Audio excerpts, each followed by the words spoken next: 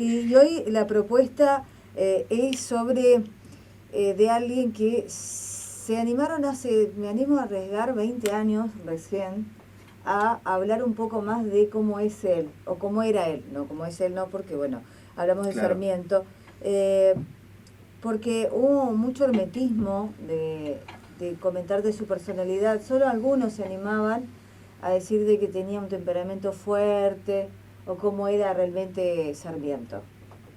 Sí, por eso está muy bien lo que dijiste y antes que nada quisiera aclarar para todas aquellas personas que escuchan o que nos miran por TV, que la idea de esto es poner sobre la mesa el personaje en su totalidad.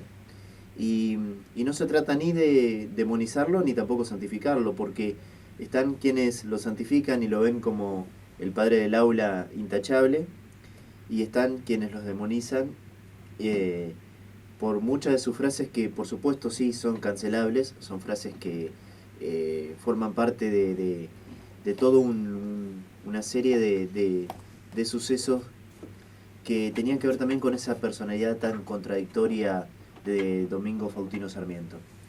Pero bueno, la idea es justamente poner sobre la mesa Sí. todos los Sarmientos que hay, porque es un Exacto. personaje multifacético, pero Sí. sin ofender a nadie, ¿no? Exactamente. Y para comenzar sería por el inicio, ¿cómo fue su infancia, Ricardo? Sarmiento nació en la provincia de San Juan un 14 de febrero de 1811. Su nombre verdadero era Valentín Faustino, no Domingo. No Domingo. No. Valentín porque nació un 14 de febrero, que es el día de San Valentín. Sí. Y entonces le pusieron Valentín Faustino, pero la madre lo empieza a llamar Domingo porque era también muy devota de Santo Domingo. Entonces lo empieza a llamar Domingo y después todo el mundo lo conocía por Domingo Faustino, pero en realidad se llamaba Valentín Faustino. Una familia muy numerosa, era Valentín Faustino y 14 hermanos más. Qué bárbaro. Eso se hablaba muy poco. Sí, y además muy pobres, porque por ahí algunas personas tienen la concepción de que Sarmiento venía de una familia rica o no. No, la verdad que no. No, a diferencia por ahí de San Martín, Sí. que bueno, que su padre era un militar de rango, algo parecido con Belgrano, que su padre era un comerciante muy importante. Bueno, no, en el caso de Sarmiento podemos decirle a la gente que se crió en el seno de una familia pobre.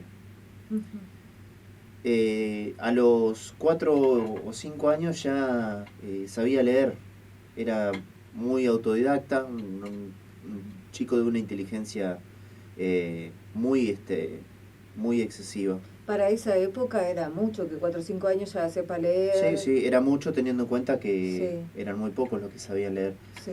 Y fue un poco educado un poco por su padre y un poco por su tío también, que era una persona muy culta. Después surgen algunos mitos alrededor de la figura de Sarmiento, que es esta situación de querer santificar y decir, bueno, él no faltaba nunca a la escuela, como que él tenía una conducta intachable, y en realidad, bueno, no faltaba nunca a la escuela, decían, ni aun cuando llovía, en un lugar que no llueve nunca. O sea, ya era como un primer mito. Sí. Y otra cosa es que, bueno, la escuela estaba en el patio de su casa, así que era como que muy difícil faltar, ¿no? Imposible. Así que no, pero de hecho también no sabemos por qué desde algún lugar de la historia se construyó ese relato del Sarmiento intachable, en conducta inclusive, cuando en realidad él mismo confiesa que de chico era el jefe de una pandilla, que bueno, que rompían vidrios, que andaban con las gomeras, que o sea, él hacía muchas travesuras, se portaba mal. Como cualquier chico de la edad de él. Por supuesto, claro. por supuesto, pero o sea, forma parte de por ahí un relato que se construyó alrededor de la figura de Sarmiento. La situación en realidad es que él leía mucho, le encantaba leer y se fue formando solo, y así también tenía mucha curiosidad, por ejemplo, por los idiomas, porque aprendió solo aparte del español, fue aprendiendo francés por propia lectura. Y entonces él quería formarse en el colegio secundario, el Nacional, que era el único colegio que había. Después surge el colegio de acá de Concepción del Uruguay, Sí. impulsado por Urquiza, pero en ese momento él no puede ingresar, no consigue una beca para ingresar a ese colegio. ¿Por qué? Porque no tenía contactos, porque era pobre. Mirá vos. Entonces él no tiene acceso a la educación secundaria. Todo lo que él aprende es por ser autodidacta, por la propia lectura, etcétera. Entonces es fantástico, porque después vemos las escrituras de él, un montón de libros, un montón de cosas, que uno dice, bueno, ¿cómo una persona aprendió solo todo esto? ¿No? Porque no tuvo por ahí la suerte de otros de poder ingresar al colegio secundario. Y eso también fue un hecho que un poco lo marcó, para bien y para mal. Para bien porque él después eso lo toma como para que tratar de llegar a que todos tengan posibilidades. Pero para mal, por el resentimiento que fue guardando Claro. con respecto a esas situaciones. ¿Cuál fue su primera experiencia docente? La primera experiencia docente, Sarmiento la vive en la provincia de San Luis, donde también tiene su primer romance con una mujer que se llamaba María Jesús, con la que tuvo su primera hija, que se llamó Ana Faustina. Y ahí en San Luis ejerce también en una escuela de campo, tiene, digamos, su primer contacto y su despertar. Él siente que a partir de ese momento había todo por hacer en la Argentina y que se necesitaban más maestros y más escuelas. Fue como una especie de revelación eso para él.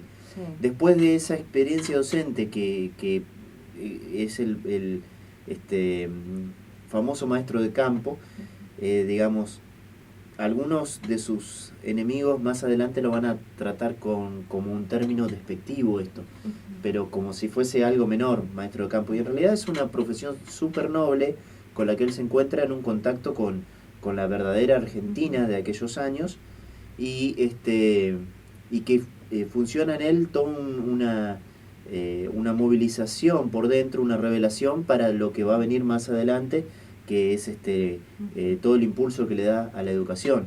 Ricardo, es mucho preguntar qué edad aproximadamente tenía Sarmiento cuando tuvo la primera experiencia docente. ¿Hay registro? Sí, estamos hablando más o menos del año 1827, 1828, que luego de eso él vuelve a San Juan y tiene su primer contacto con alguien que lo va a marcar para siempre y a quien le va a dedicar un libro que es un emblema de la literatura argentina. Esa persona, bueno, precisamente es Facundo. Y te iba a preguntar por qué hizo el libro Facundo. Facundo, Civilización y Barbarie, se llama el libro, es por Facundo Quiroga.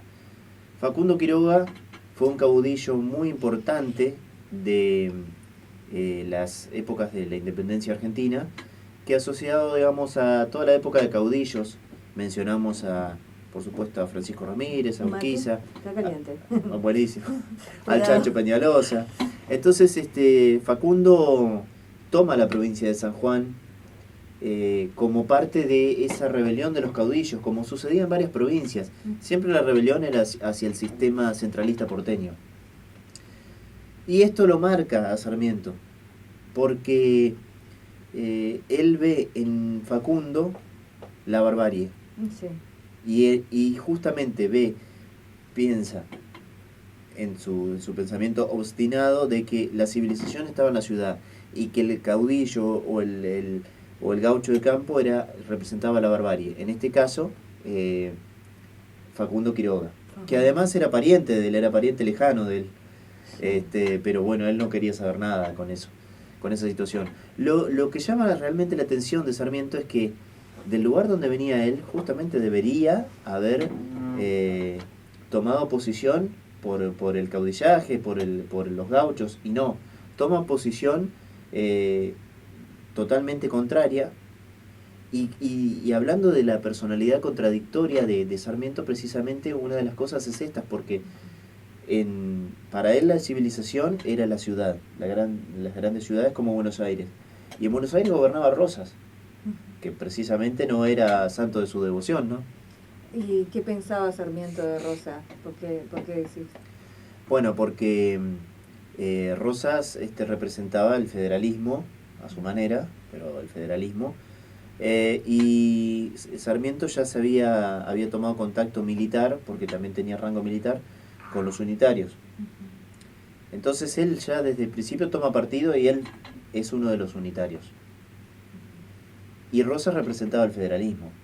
Él estaba contrario a cualquier idea que presente el federalismo. Para él la nación era otra cosa, completamente distinta. Entonces, el federalismo para Sarmiento representaba el caudillaje, los gauchos, la patria inclusiva, pero de la barbarie, y en cambio los unitarios eran la civilización. Tantos problemas tenía con Rosas que termina yéndose al exilio, precisamente porque incluso desde San Juan él funda el primer periódico, sí, que se llamaba El Sonda. El Sonda es un viento muy molesto que sobre todo hay en esa provincia. Entonces es como la intención de ese periódico era molestar. Y desde ese periódico criticaba muchísimo el gobierno de Rosas. Y entonces Rosas le sube los impuestos a la tinta, con lo cual Sarmiento se funde, sí, y termina yéndose al exilio a Chile y escribe en una roca que jamás van a matar las ideas, que lo escribe en francés, y bueno, y se va a vivir a Chile. Ahora, la forma de actuar, de pensar de él no parece de un chico que tuvo esa infancia, como estabas contando, con 14 hermanos, de un ser muy humilde, que pasó cosas malas, la forma como se manejaba en su vida adulta, hay como una contradicción constante, ¿no? Y lo que pasa es que, yo te lo había mencionado, vas a encontrar contradicciones todo el tiempo con Sarmiento, es un personaje muy difícil de analizar, por eso siempre insisto de que todas aquellas personas que tenemos la responsabilidad de enseñar historia, no tenemos que caer en los simplismos de decir, bueno, o un reduccionismo histórico, de decir Sarmiento era así o Sarmiento era de tal manera. Sarmientos son todos los Sarmientos, pero no podemos omitir a ninguno. Ajá. Pero sí tomarnos el tiempo para analizar a estas personas, tratar de entender su contexto, pero sí se nota que hay mucho resentimiento. ¿Cómo fue su vida en Chile? Su vida en Chile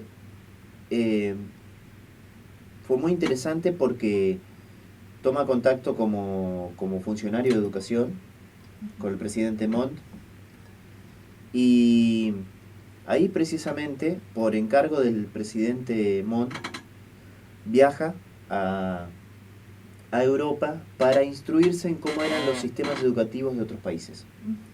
Entonces, ese viaje financiado por Chile, a él le abre la cabeza en un montón de aspectos. Entonces, ¿qué hace él? Viaja, por ejemplo, y conoce el sistema educativo de España, de Alemania, de Italia, y después también algunas locuras porque decide ir a Argelia, a África, para ver cómo es el sistema educativo ahí.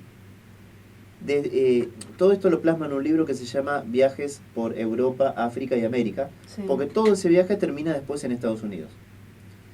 Pero en África, por ejemplo, él queda maravillado con el sistema represivo que había en Argelia, que era una colonia francesa en ese momento. Maravillado. Sí, él sentía que ese sistema represivo que había sobre los pobres, sobre los... es más, hace la comparación, que lo mismo que pasaba en Argelia con el gaucho árabe, tenían que pasar aquí en Argentina con el gaucho criollo, ¿sí?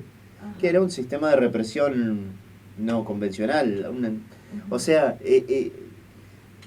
a veces yo lamento tener que decir estas cosas, pero creo que todo eso no invalida todo lo que viene después, que ya vamos a hablar de todos sus méritos educativos. Pero sí hay que decir que, bueno, estas cosas son por ahí las más oscuras de Sarmiento, ¿no? ¿Eso es lo que más se sabe de su vida en Chile, digamos? No, de su vida en Chile también tuvo otras amantes. Ajá. Conoció una mujer con la que también bueno, tuvo un romance muy, muy importante, que es Benita Pastoriza, con quien adoptan un hijo que se llama Dominguito, Algunas versiones dicen que en realidad sí era hijo de él, pero otros dicen que no. La cuestión es que terminó siendo hijo de él, y le puso Dominguito, digamos. Claro. Y la historia lo conoce como Dominguito, Como Dominguito. que también después fue militar para la Argentina. Además, en Chile implementa, por ejemplo, el primer colegio de preceptores. Por eso también lo que quería era formar docentes, Sí. porque decía que de esto la única manera de salir era con educación, sí o sí con educación. Ujú. Entonces, en ese concepto uno encuentra nuevamente una contradicción porque dice, bueno, está fantástico lo que está diciendo este Claro. prócer, pero al mismo tiempo después ve un escrito sobre el sistema represivo y no lo entiende, ¿no? Ujú. Entonces, cómo Sarmiento pensaba de que algunas personas sí podían civilizarse y otras no. Ajá. Entonces, ahí había una contradicción permanente. Y además tenía tanto enojo con el gobierno argentino que propone entregar la Patagonia a Chile. Ujú. Que la Patagonia y que el Estrecho de Magallanes tenían que ser ocupado por Chile, porque Argentina tenía que ocuparse de expandir las fronteras. Ujú. Las fronteras, en ese momento Argentina llegaba hasta una parte del sur de Buenos Aires, pero faltaba expandir un poco más hacia la Patagonia y demás.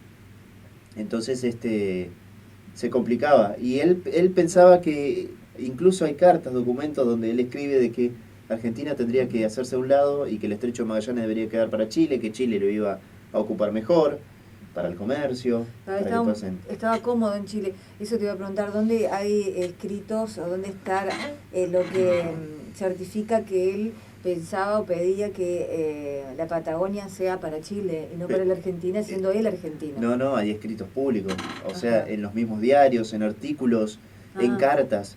De Sarmiento hay muchísima documentación. Hay 56 tomos de cosas que ha escrito él. Es una locura porque era un autor súper prolífico. Pero también teniendo en cuenta que fue periodista, hay muchísimos artículos en diarios. Entonces muchas de esas cosas quedaron documentadas. Y de hecho, desde Chile, escribe algunas cosas con respecto a los gauchos, a los indios y todo, que después las repite. Eso te voy a preguntar, él realmente, ¿qué pensaba de los gauchos y de los indios? Si estaba tan fascinado cuando ve ese sistema de represión que le hubiera encantado aplicarlo, pero con los gauchos y los indios. ¿Qué Bueno, pensaba? En 1844 desde Chile escribe un artículo. ¿Está bien que digamos indios o tenemos que decir hoy pueblos originarios? Sí, en realidad hoy le decimos pueblos originarios, pero Sarmiento mismo los define como indios. Bien. Y se refiere a ellos de esa manera. Entonces, contextualizándolo en ese momento, él escribe precisamente: ¿lograremos alguna vez exterminar a los indios? Este es un abono que sería útil para el suelo, porque la sangre es lo único que tienen de humanos esos bárbaros. Y entonces critica a Lautaro, por ejemplo, que es uno de los caciques históricos del sur, y entonces se refiere de una manera muy despectiva a los indios, ¿no? Lapidaria. Sí. Lapidario. Directamente, él dice justamente: lograremos exterminar a los indios. Así que, digamos, esa es una referencia. Después tenía esa referencia también hacia el gaucho. En el gaucho veía esa barbarie, esa cuestión de persona indomable. Entonces, por ejemplo, le escribe una carta a Mitre, quien Mitre, digamos, era un político de suma importancia también, en la cual, por ejemplo, esta carta también está, y si tenemos la imagen después la vamos a compartir, donde él dice: no economice sangre de gauchos. No te puedo creer. Sí.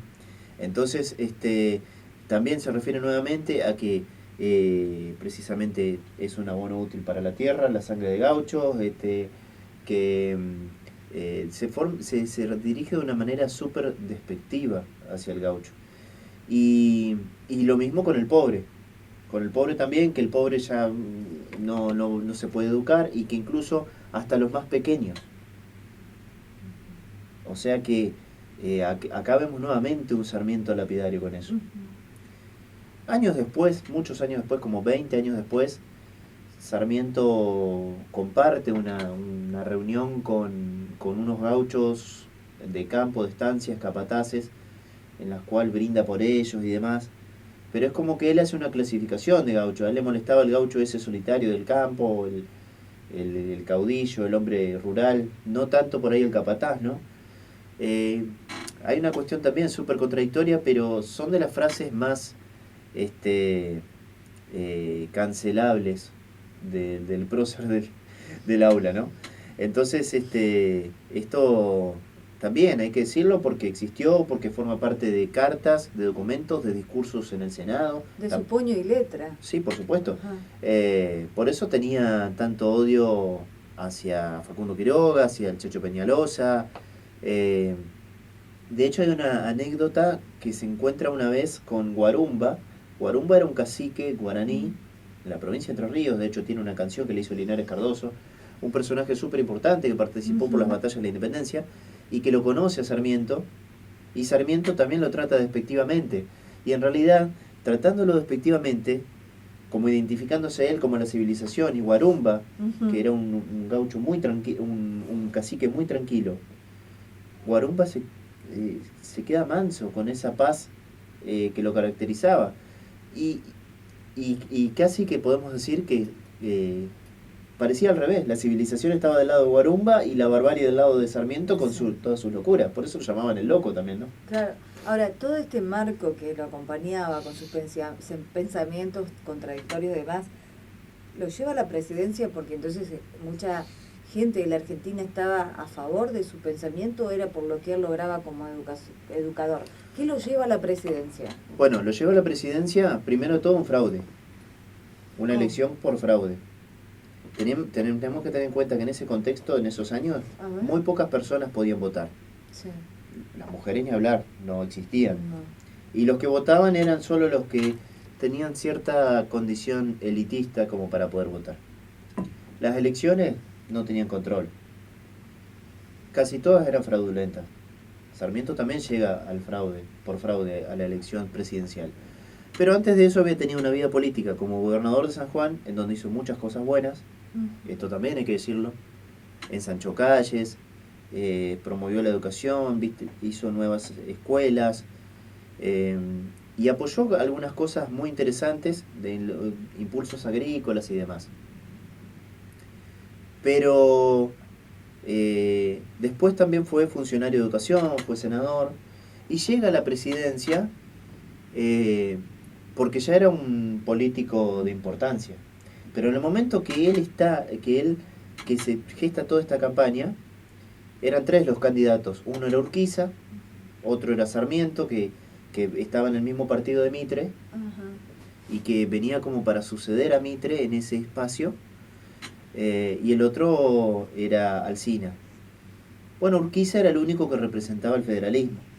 Urquiza, recordemos, estamos hablando del año 1868. Urquiza ya había sido presidente, había sido el presidente de la Confederación Argentina, claro, entre 1853 y 1861.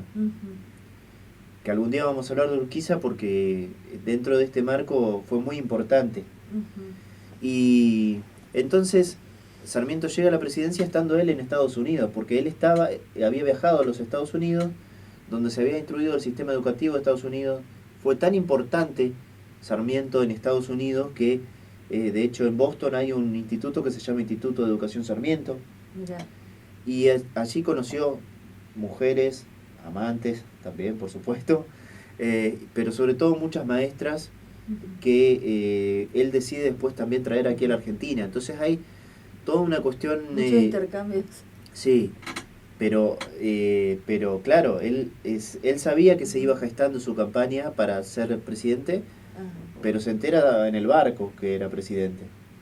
O sea, viniendo hacia la Argentina. Ni siquiera estuvo acá cuando se hizo la elección. Llega y asume la presidencia. Y en aquel momento todos le decían, tené cuidado con Urquiza, porque representaba lo contrario políticamente, ¿no? Y sin embargo Urquiza le envía una carta donde se pone a disposición de Sarmiento, y donde le dice que cuente con él, que no van a tener ningún tipo de conflictos y que podía contar con él. Lo cual me parece que es un buen gesto de Urquiza, Claro. pero no así de Mitre. Porque Mitre, siendo del mismo partido, le hace toda una campaña en contra. Aparte ya tenía el diario La Nación, Mitre. Ajá. Y a partir de ese diario se hacían todas las fake news de los momentos. Hacía lo que hacía Sarmiento antes. Sí, También. sí, también. Hacía las primeras fake news, claro. Sí, claro. Y de hecho Ah. hay una anécdota muy interesante. Porque cuando Sarmiento se fue a Europa, en lo que hablábamos antes del viaje, Sí. bueno, él se había ido. Tenía una libreta de gastos, anotaba todos los gastos, todo lo que gastaba. Entonces, en cena, bueno, todo estaba detallado. Por alguna razón, el boletín de gastos se filtra. Sí. Y en ese gasto figuraban también sus encuentros con mujeres en Europa. Y él los anotaba como, por ejemplo, orgías. Entonces, una orgía en ese momento era una salida de ir de copas, de bares, con alguna dama, ¿no? Y algunas eran anotadas como gran orgía, porque ya si era algo mucho más grande, tengo que contarlo porque fue así. Pero de ahí surge que le dicen orgías por ese... Antes usaban el término. Sí, ya usaban el término. Pero sí. no, Después, no con el sentido que se le da hoy en día. No, pero, era por pero reuniones. No, eran reuniones donde había mucho alcohol y donde había damas de compañía. ¿Pero está el registro de eso? Sí, por supuesto. Ajá. No, está el registro de eso, pero a ver, claro, hoy Era muy transparente. Sí, hoy es... Visibilizaba No todo. sé para qué lo anotó. Claro, para que sí. Bueno, tenía que justificar los gastos. Claro, pero lo que pasa es que hoy está simplemente reducido a lo sexual. Ajá. Y en ese momento era un todo. Claro. O sea, lo sexual no estaba ausente, Es pero como era que un todo. se aclare más, oscurece. Ahora, te tengo que preguntar antes de seguir con el relato. Era un hombre que donde iba impactaba, porque bueno, en Estados Unidos nos impactaba. Era una personalidad quizás avasallante, un hombre alto. ¿Cómo era físicamente? No, justamente lo que llama la atención es que no era nada de eso. Era pelado, era medio gordito, tenía cara de traste. No se puede creer. Y claro, ¿viste? Era Pero el personaje genial. de hecho todos los revisionistas nos preguntamos por qué las mujeres le escribían cartas poniéndole suya siempre, cosas así. O sea, tenía una atracción por las mujeres que no sabemos cuál es el misterio. Nunca se supo. No sabemos. Suponemos que puede ser, digamos, lo oculto que era, su conocimiento, su vocabulario, lo que sea, porque después, digamos, las fuentes de la época no lo tratan como un hombre atractivo, ni tampoco simpático, ni nada. Algunos dicen que sí, que tenía como un humor irónico, pero... No era alguien de gran porte, que te impactaba no, verlo, era un pelado. No, era medio pelado, un poco con sobrepeso. Pero bueno, al margen de eso, y la cara de traste siempre. Siempre con cara de pocos amigos. Es más, cuentan que por ahí una vez lo quisieron retratar y él estaba contando una humorada. La única vez que estaba riéndose dijeron, vamos a retratarlo porque se está riendo. Y cuando lo retrataron se puso serio. Y una de las fotos que más se viralizó de él es con esa cara de traste, digamos. Con el ceño fruncido. Por supuesto. Pero entonces, lo que quería cerrar la idea, porque me fui por la rama con la orgía, él registraba todo. Sí. Eso se filtra.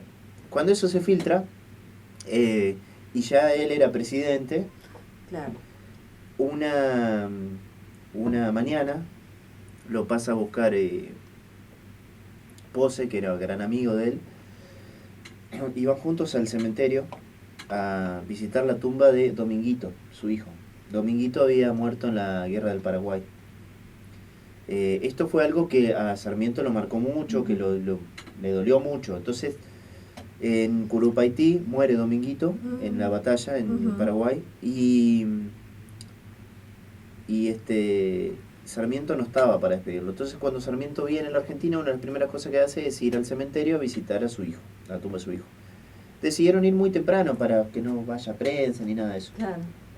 Entonces van a las 6 de la mañana, parte para el cementerio, y como a las 8 vuelven. y entonces lo fotografían de que Sarmiento a esa hora estaba volviendo, y La Nación titula como que Sarmiento volvía de joda. Ni nada que ver. No, no volvía de joda. Claro. Esa vez por lo menos no. Ujú. Y entonces, teniendo como antecedente que él ya había tenido encuentros y Claro. orgías en Europa, entonces la gran orgía de Sarmiento tituló La Nación, que era el diario de Mitre, que además era de su partido y es el que le hacía todo el tiempo la mala prensa. Exactamente. Prácticamente lo expuso de una manera tremenda, sí, siendo el presidente. Sí, aparte tuvo que salir a aclarar Sarmiento, todas estas cosas le pasaron. Y entonces aclaró. ¿Y recordás sí. algo de la...? Sí, aclaró, estaba muy Contó. enojado porque además, bueno, los trató de infames a todos. Contó. Y ahí, sí, y ahí también hay una carta muy muy interesante que le escribe a su amigo Dalmacio Vélez Arfiel, quien redactó el Código Civil. A propósito de eso, con Aurelia Vélez Arfiel tuvo también, que es la hija de Dalmacio, también tuvo un encuentro cercano. Pero al margen de eso, le escribe precisamente diciéndole que no esperaba eso de Mitre, porque Mitre era, digamos, quien lo tenía que respaldar, era del mismo partido, todo, y le hacía todo el tiempo campaña. Y dice que se sorprende ante la actitud de Urquiza, de quien le dijeron que se cuide, y Urquiza todo lo contrario, Urquiza se la estaba haciendo mucho más fácil. Y aparte Urquiza en ese momento era gobernador de Entre Ríos, que era la segunda provincia más importante del país. Exacto. En cuanto a riqueza, en cuanto a población y a concepción histórica. Y en cuanto a eso, ¿cómo era su relación con Urquiza? Fue una relación de amor y odio constante. ¿Por qué? Porque primero, cuando estaba Sarmiento en Chile, veía en Urquiza el federalismo, que era lo contrario a lo que él sostenía como idea de país. Sí. Entonces no coincidía mucho con Urquiza. Pero a partir del pronunciamiento de Urquiza, que se da el 1 de mayo de 1851, para la gente que nos está mirando, explicamos brevemente, Rosas todos los años renunciaba a sus facultades como primer ministro del país. Ajá. Entonces todos los años presentaba su renuncia, sabiendo que nadie lo iba a agarrar. Entonces él seguía. Entonces bajo esa concepción de que él seguía, él decía, bueno, pero nadie me presentó la renuncia, y él podía como de alguna forma hacer lo que quería. Claro. Hasta que un día Urquiza le dijo, bueno, te acepto la renuncia. Lo ponemos en contexto así, no fue en estos términos, pero claro. Dijo, sí, bueno, yo acepto, yo me voy a hacer cargo. Lo cual Rosas lo vio como una traición, porque Urquiza era un soldado de Rosas, y eso desencadenó la batalla de Caseros del 3 de febrero de 1852. Wow. Que a partir de ahí cambió el país. Y ya vamos a darle un capítulo a eso.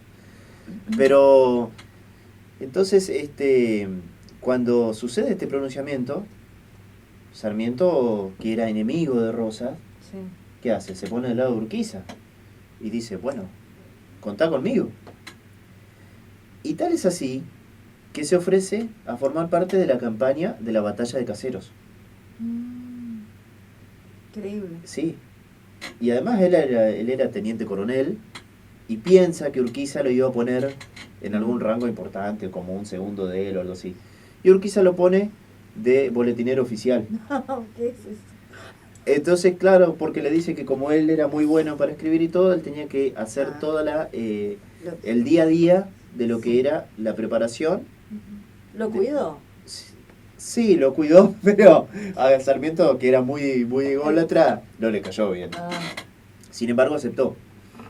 Entonces esto es súper interesante porque hay un diario de la batalla de Caseros escrito ya unos meses antes, día por día, cómo se preparaba el batallón, qué hacían, por dónde viajaban, qué pasos cruzaban, qué información tenían del enemigo, todo hasta el día de la batalla y lo posterior. Por Sarmiento, la logística completa. Sarmiento escribió completamente la campaña de la batalla de Caseros. ¿Se usó eso para un libro, para hacer datos con ese material? Hay un libro muy interesante de Isidoro Ruiz Moreno que se llama Vida de Urquiza, donde toma fragmentos de esto, pero eso es documento de primera mano. O sea, ahí se ve todos los pormenores de todo lo que estaba sucediendo, porque, digamos, En esa batalla Urquiza forma un ejército, el que es el ejército grande, donde también incorpora soldados de Brasil, del Imperio Portugués en ese momento. O sea, hay unas cuestiones ahí muy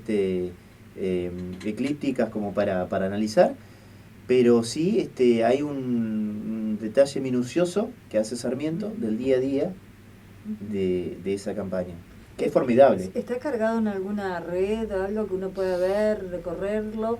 ¿Lo viste alguna vez? Sí, lo vi.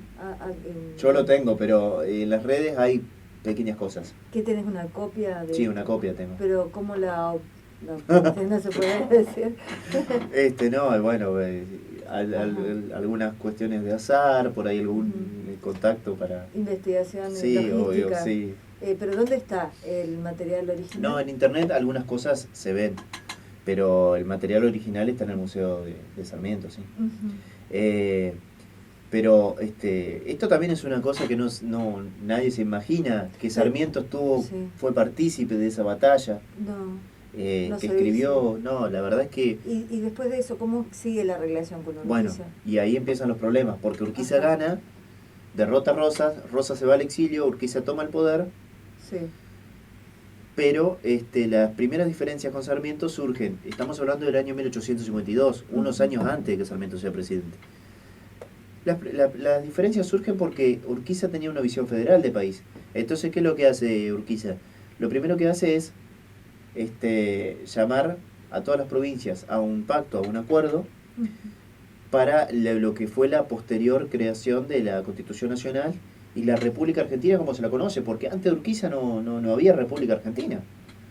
Eran provincias al azar, era un desorden que desde la independencia hasta Urquiza, eso hay que decirlo también. Entonces, a partir de la sanción de la Constitución y que Urquiza es el primer presidente constitucional, las ideas de Urquiza de esta patria unificada con las provincias autónomas no le gusta a Sarmiento, que seguía teniendo una visión centralista porteña. Entonces ahí se pelean, sí. Y Sarmiento toma partido nuevamente por Buenos Aires y bueno, también después de eso se aísla, vuelve a San Juan. Lo separa. Sí, y empiezan muchos problemas con Urquiza, muchos ida de vuelta, muchas cartas cruzadas, muchas acusaciones cruzadas, y después de eso hay una tercera etapa que es cuando Sarmiento llega al poder y es presidente, que le gana esa elección fraudulenta a Alsina y a Urquiza, sí. En la cual Urquiza lo que hace es ponerse a disposición, y ahí vuelve la paz entre los dos. Bien. Pero el 3 de febrero de 1870... Perdón, o sea que cuando se pone a disposición ya había pasado todo esto. Obvio, ya había pasado, ya tuvieron un montón de idas y vueltas, pero todos le decían a Sarmiento que se cuide Urquiza. Urquiza demostró estar a la altura de las circunstancias, porque para Urquiza ya el tiempo de guerra ya había terminado, ya se había pacificado el país, ya era hora de ir todos juntos por un lado, por eso también la creación de la Constitución, la unión de las provincias, etc. Entonces se pone a disposición de quien era presidente, que era Sarmiento, y lo invita al palacio y lo recibe, y Urquiza viene un 3 de febrero de 1870. Sí. Como presidente de la nación, visita el Palacio San José, se asombra de, por ejemplo, el agua corriente, el sistema de agua corriente que había en el Palacio San José. Bueno, pasan una jornada muy en paz, donde charlan sobre un montón de convenios colectivos para el país, pero esto enoja mucho al federalismo, que ya venía muy enojado con Urquiza por diversas razones, que ya lo vamos a tratar cuando hablemos de Urquiza. Sí. Pero esto fue como la gota que rebalsó el vaso. Nunca se lo perdonaron a Urquiza de que reciba a quien era su enemigo político, una persona que quería terminar con el gaucho, con el caudillo, con todo el federalismo, y lo recibe. Y Urquiza trata de, quizás para ponernos un poco en abogado defensor de Urquiza, de pacificar, de demostrar de que todo esto ya había pasado. Pero es un poco incomprendido Urquiza. Otros dicen, bueno, era un traidor, se daba vuelta, era un paqueque. O sea, hay de todo. Con el diario del lunes es más fácil hablar. Pero lo cierto es que a partir de esa reunión, que justo se da en el aniversario de la batalla de Caseros, 3 de febrero de 1870, 2 meses después, Urquiza es asesinado. 2 meses después. Sí. Es todo muy raro. Un 11 de abril de 1870, bueno, Urquiza muere de una emboscada que hacen en el palacio, comandada por Ricardo López Jordán, que después fue un gran enemigo de Urquiza. Ricardo López Jordán, que además fue gobernador de Entre Ríos, que sale desde acá, desde un sitio histórico que es la Estancia San Pedro. Para que nos ubiquemos aquí donde estamos nosotros, San José, la Estancia San Pedro está pasando 1 de mayo, entre 1 de mayo y Santa Anita.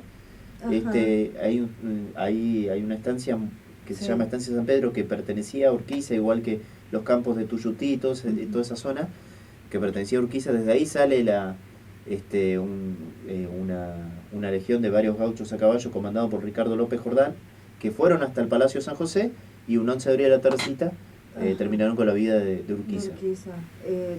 Cuántas traiciones, cuánta sangre, cuántas cosas incomprensibles, ¿no? Totalmente. Y bueno, cuántas reuniones en privado que tenían en secreto, que bueno, después se va conociendo también. Ahora, esto que decís que recibe a Sarmiento, él era presidente. Sarmiento sí. Y era, digamos, si lo visitan no podía cerrarle las puertas porque era declarar abiertamente algún tipo de conflicto. Sí, lo que pasa es que el federalismo lo tomó como una provocación, porque Sarmiento quería terminar con el federalismo, porque justo viene un aniversario de la batalla de Caseros, porque viene acá al Palacio, no es que Urquiza fue para allá. Sí. Son cosas que realmente pasaron en nuestra historia. Del relato, lo que llamó la atención y que bueno, estaba mirando que estaban consultando, querían, bueno, la gente saber cuántas mujeres y cuántos hijos tenía Sarmiento.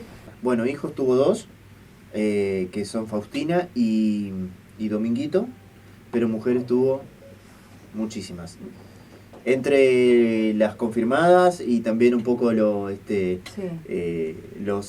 romances que no sabemos si a ciencia cierta son o no. ¿Todo en base a los recibitos o porque se comentaba? Había de todo. Por ejemplo, tenía una cercanía con Juana Manso, que se considera Juana Manso una de las primeras feministas de este país, una mujer que dio gran impulso a la educación. Sí. Y no se sabe a ciencia cierta si tuvo un romance, pero sí como que si no tuvo se lo inventaron, o algo de eso hubo. Pero después, por ejemplo, tuvo romances con maestras estadounidenses, con Mary Mann, que era una de las con quien compartía esos conceptos tan importantes sobre la educación.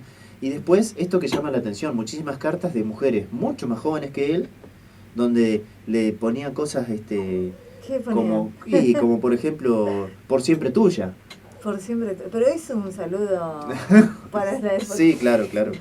Es un saludo, sí, una carta muy afectuoso. Muy afectuoso, de gente conocida. Sí, no, pero lo cierto es que tenía mucha fama entre las mujeres, Sarmiento, aún así. Muy con buscado, esa cara muy buscado. de traste. Muy buscado. Muy buscado, quizás porque era una persona muy culta. Hay que tener en cuenta que, más para la época, digamos, no había tantas personas tan cultas, ¿no? La verdad que sí, no, pero, no sé, uno veía esa foto, pensé que con la edad se veía de esa manera, pero en su juventud era una persona muy agraciada, muy atrayente y por eso tenía ese currículum de mujeres, pero no, parece que no. No, de hecho hay una foto de Sarmiento más joven que era más o menos parecido, pero en vez de pelo blanco, pelo negro, digamos. Lo mismo, un cambio. Bueno, ¿cuál será ese misterio? Después, seguramente, bueno, ¿cómo era su personalidad? Salgamos de eso. Una persona muy instruida, autodidacta, súper inteligente, aprendió muchos idiomas, de hecho aprendió a hablar inglés y a escribir en inglés perfectamente.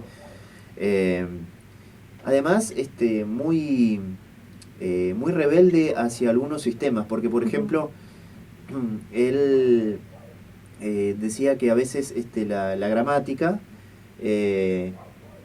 impedía al alumno, al estudiante, desarrollarse, ser tan exigente a la gramática le impedía por ahí desarrollarse en otras áreas. Pero al mismo tiempo era muy obsesivo con la buena escritura, pero él también tenía a veces errores de ortografía. Por ejemplo, utilizaba la I común, la I latina, cuando tenía que utilizar la Y. Ajá. Entonces todo eso forma parte de su contradicción permanente. Después, en cuanto a el mal humor, era algo que medio que lo caracterizaba. Vivía como enojado, dice Sí, la vivía como historia. enojado, sí. También era una persona muy cercana al desarrollo del país en la visión educativa y de la industria y la agricultura. Esto también hay que decirlo porque, bueno, ahora ya lo vamos a desarrollar un poco más, pero también habla de su personalidad. Y después, una anécdota importante es que que lo pinta un poquito de cuerpo entero, es que cuando él era inspector de escuelas, un día cae de sorpresa en una escuela. Y entonces, bueno, le hace un par de preguntas a los alumnos y ve que los alumnos eran muy buenos en matemáticas, muy buenos en geografía, muy buenos en ciencias naturales, pero bastante malos en gramática.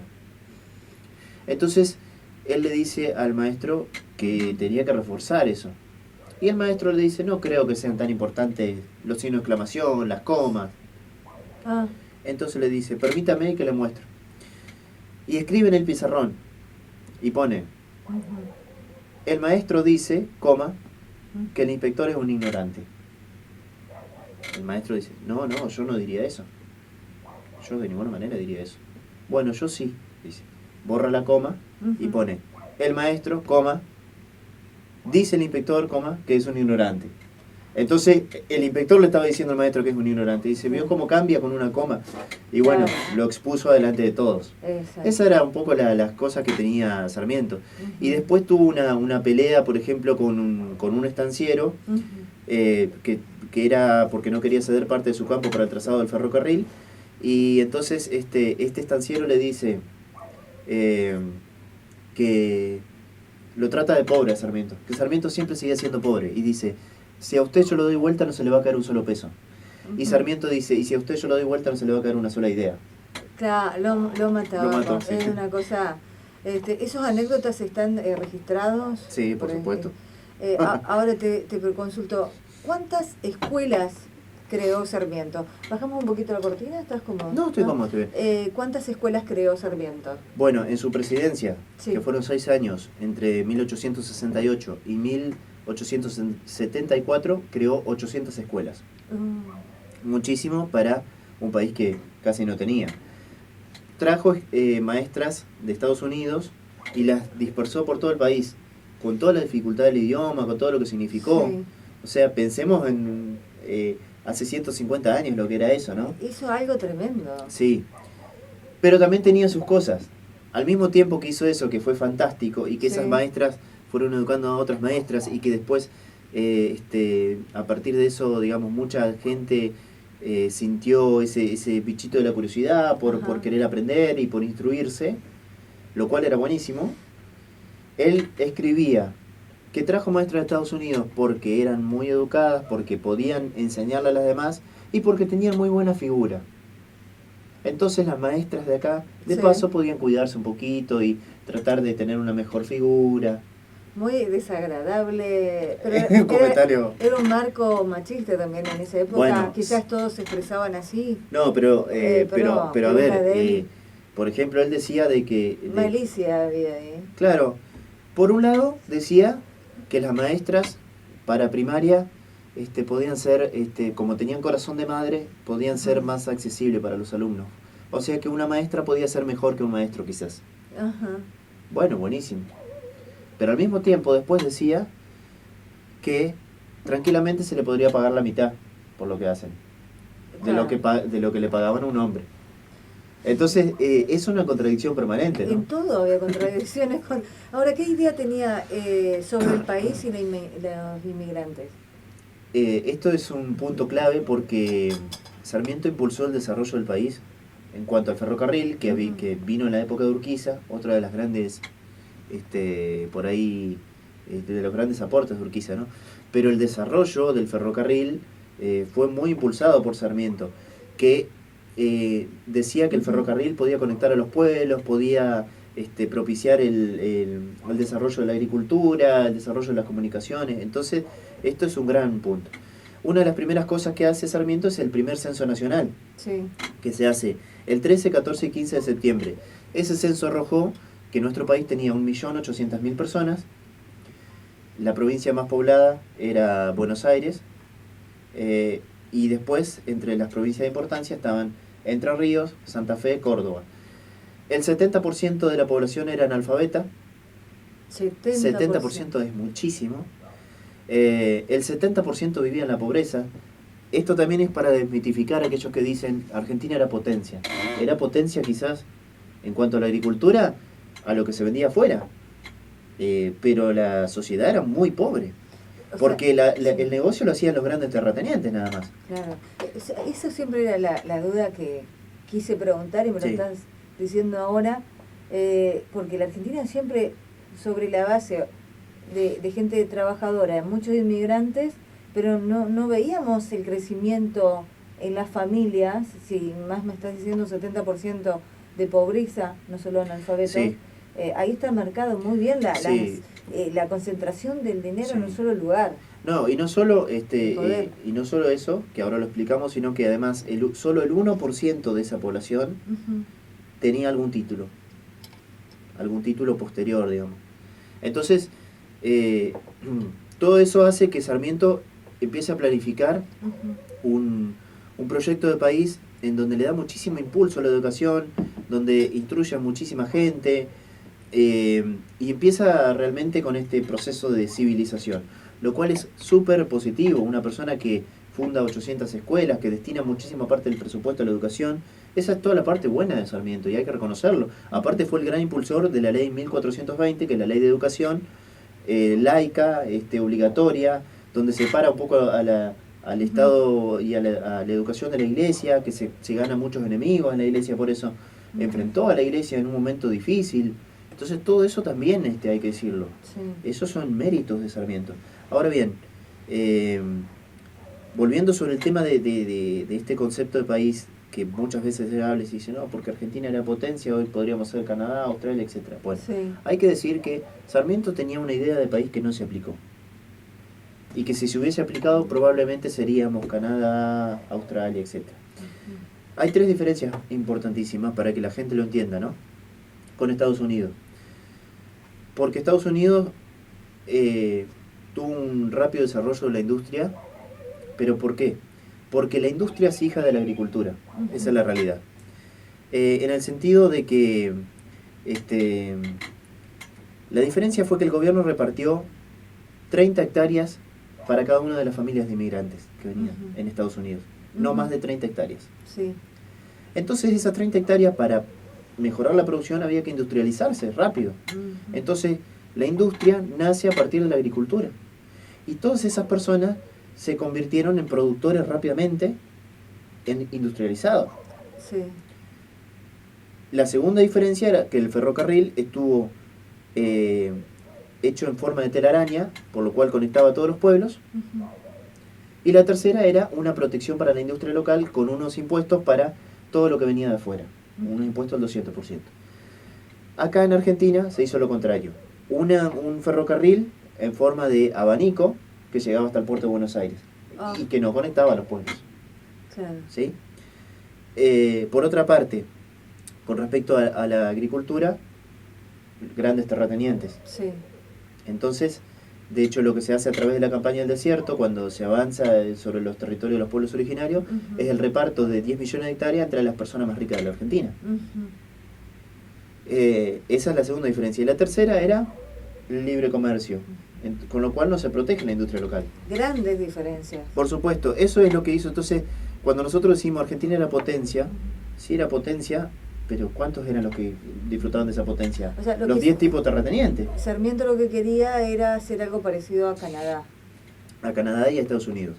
Pero enseguida tuvo la oligarquía que se le presentó, los Anchorena, los Luro Porredón, los Unzué, o sea, todos estos apellidos que venimos, Martínez de Oz, todos estos apellidos que tienen mucho de la historia argentina, eran los grandes terratenientes y se opusieron a este concepto de agricultura, esta reforma que quería impulsar Sarmiento, que en cierto modo tenía muchos adeptos como para que Argentina se transforme en potencia, pero no pudo. Después me gustaría en otra ocasión que podamos hablar de los apellidos, esa descendencia, esas calles. Nosotros, por ejemplo, en mi familia, por el lado de mi abuela, tenemos Montes de Oca. Y hay una calle en Montes de Oca y supuestamente, seguramente una historia que tiene que ver, pero... Vamos a dedicar un programa a eso porque de hecho hay calles... A nivel local también. Sí, me pasó con un alumno que me preguntaba quién era Sobríguez. Y tenemos la calle Sobríguez y bueno, y entonces estas cosas están buenas también como para que todos sepamos. Sí. Te pregunto, ¿lo quisieron matar a Sarmiento? Sí, de hecho, cuando sucede lo de Cristina Fernández en septiembre de hace 2 años, se habló de magnicidio y ahí fue cuando recién mencionaron de que eso había sucedido con Sarmiento. Porque antes como que no se hablaba de eso, pero Sarmiento era presidente y también lo quisieron matar. ¿Cómo fue? Bueno, fue una noche que encima Sarmiento ya estaba medio sordo y ni se enteró. Eso es lo peor. Sí, porque todo esto fue planificado por una persona de apellido Querencio que pertenecía al bando de López Jordán, el caudillo entrerriano, y que bueno, se supone que el autor intelectual de esto era López Jordán, pero fue una noche del año 1873, el anteúltimo año de la presidencia de Sarmiento, donde intentaron balear a Sarmiento y bueno, se escuchó el disparo, pero no le atinaron. Sarmiento siguió caminando, entró a la casa de Dalmacio Vélez Sarsfield como si nada y después se enteró que lo quisieron matar. Pero como él estaba sordo, ni escuchó el tiro, ni nada. Y pasó todo un montón de cosas después sí, fue todo un escándalo. Pero lo quisieron matar también por estas cuestiones de o sea, él no se hacía querer tampoco, digamos. Claro, no era muy... Bueno. Ahora, Sarmiento tenía algo muy incondicional que era amor a los animales y a las plantas, dicen. Sí, a las plantas muchísimo, y de hecho en sus viajes por Europa trajo semillas de todo tipo, por ejemplo los plátanos los trajo él, y los repartió en los lugares donde creía que se podían desarrollar, ¿sí? Los lugares más cálidos de la Argentina. Pero antes de eso no existía el plátano. Las nueces, sí, las nueces también, las nueces las trajo de Estados Unidos. No existía el nogal aquí en Argentina. Así que esa es otra de las... Le debemos a Sarmiento los nogales y las bananas. Sí, y los eucaliptos, que también venían de los Estados Unidos. Claro. Y los mimbres, porque él se hizo una casa en el Delta del Tigre y allí puso las primeras plantaciones de mimbre, de donde después surgen los canastos de mimbre y demás, pero eso lo trajo Sarmiento también. Y el amor por los animales, sí, eso llama mucho la atención, porque no tenía, digamos, amor por un pobre, por un gaucho, por un indio, pero sí por los animales, muchísimo amor por los animales, al punto que su sobrino, Albarracín, fue un gran impulsor y creador de la Sociedad Protectora de Animales, y un 29 de abril se celebra el Día del Animal gracias al sobrino de Sarmiento. Es sobrino de Sarmiento. Sí. Y poco se dice eso también. Sí, por supuesto. No se sabía. Entonces, claro, pero incluso destinó un fondo para el cuidado de los animales. Y bueno, y después está la épica de los gorriones, digamos, lo que siempre se habla de Sarmiento, ¿no? Comentalo, recordalo. Bueno, hizo una suelta simbólica de gorriones en una plaza un 14 de mayo de 1871, en Plaza de Mayo, de estas aves que había traído también en uno de sus viajes, o sea, en gran cantidad, pero porque él decía que estos pájaros comían todos los insectos que afectaban las grandes plantaciones. Las orugas, las isocas, todas aquellas, las moscas que andaban sobre las plantas, que los gorriones era un ave que podía terminar con esa plaga. Estaba bien pensado. Sí, no sabemos si era ciencia cierta, sí. Es como que a él también le dijeron eso y los trajo y después se convirtieron rápidamente en plaga los gorriones. Sí. Aparte ocuparon le fueron despejando al tordo, al chingolo, Sí, pues, se le metieron a la casa al hornero, se armó un lío bárbaro ahí. No salió como esperaba. Bueno, pero al menos Puede fallar, dijo Tuzami, casi mata al hijo. No, no fue tan tremendo, pero la verdad que contar así la historia es un poco más entretenido. Sí, pero por supuesto. En resumen, Domingo Faustino Sarmiento, que no se llamaba Domingo, sino Valentín. Valentín. ¿Cómo lo definirías vos desde tu investigación y como revisionista? Bueno, yo lo que opino es que, por supuesto, la gente, esto siempre va con mucho respeto y la gente puede pensar otra cosa u opinar otra cosa. Hay varios Sarmientos, todos conviven en un solo personaje, que es el más contradictorio de la historia, por lo que nosotros conocemos, investigamos, pero lo cierto es que cambió la Argentina para bien en cuanto a la educación, fue un gran impulsor del sistema educativo y además nosotros podemos mencionar a ciencia cierta de que gran parte de todo lo que vivimos hoy es gracias a Sarmiento. Pero hay que tener en cuenta que eso no justifica todo lo que dijo o la forma que se refirió en otras oportunidades de su vida hacia una gran parte de la población argentina, que era el hombre de gaucho. O sea, una de las grandes peleas que tuvo precisamente con José Hernández, el autor de Martín Fierro, fue por el gaucho, ¿sí? Entonces, hay que entender eso. Todo lo que hizo de bueno no justifica sus malas acciones. Pero todo lo que hizo de malo tampoco empaña lo bueno que hizo por el sistema educativo. Hay que saber separar y hay que saber contextualizar y entender que todas las personas tienen sus luces y sombras. Y más aún si nos referimos a estos personajes históricos que vivieron en un contexto completamente distinto. Nunca mejor explicado, Ricardo. Aquí han quedado varios mensajes que están ingresando ahora, que seguramente después en otra oportunidad volvamos a recordar, porque la gente te pregunta, ¿es verdad que trataba tan mal al personal que tenía trabajando en la casa? ¿Es verdad que les daba penas de, por ejemplo, castigos? Bueno, antes se estilaba, quizás yo la verdad que yo no lo sabía, dice que los castigaban a sirvientes, los hacía vestir como, digamos, como de una casa de muñecas para separar la servidumbre con la familia, un montón de... Bueno, esto era típico de la época también. También, ¿no? Y aparte también hay que entender que después con el tiempo se fue aflojando. No fue siempre así, ¿no? Ya a lo último vemos un Sarmiento completamente distinto. Fue cambiando. De hecho, muere en Paraguay. ¿Cómo fue así eso? que, no, bueno. También hay una anécdota con respecto a su muerte, ya con esto sí cerramos. Es que él muere acostado. Y cuando, lo van a preparar el cuerpo y todo, lo sientan con un libro para sacarle una foto. Para decir que Sarmiento, como era un gran lector, había muerto sentado leyendo. O sea, una mentira tremenda. Sí, era una mentira. Como para decir, hasta su último momento estuvo leyendo, pero... No prosperó eso. No, después, o sea, todo eso se supo la verdad, que había muerto como cualquier persona. Claro. En la cama, digamos. Claro, tremendo. No, el 11 de septiembre de 1888. Un 11 también. El 11 de septiembre de 1888. Claro, hoy hablábamos del 11 de abril y ahora 11 de septiembre es cuando... Por eso el 11 de septiembre es el Día del Maestro. Sí, por supuesto. Estamos próximos a Bueno, bien merecido lo tiene, eso sí, ni hablar.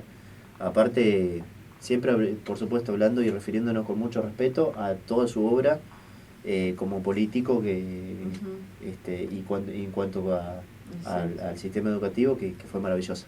Bueno, saludamos a Esteban, que nos está escuchando, fascinado con el programa, te felicita y agradece. Dice que él tiene un álbum que heredó de sus ancestros, de gente que falleció y le sacaban fotos, que antes no las quería ver, pero bueno, después de conocer la historia, que era normal sacarle fotos cuando habían fallecido. Yo la verdad que hoy no se estila, ¿no? Claro, por pero supuesto. Antes lo hacían. Era algo normal. Sí, lo hacían mucho. Bueno, para la gente de Canal 10, gracias por la sintonía, aquí con el revisionista en historia, el licenciado Ricardo Honecker, agradecerte que nos hayas acompañado.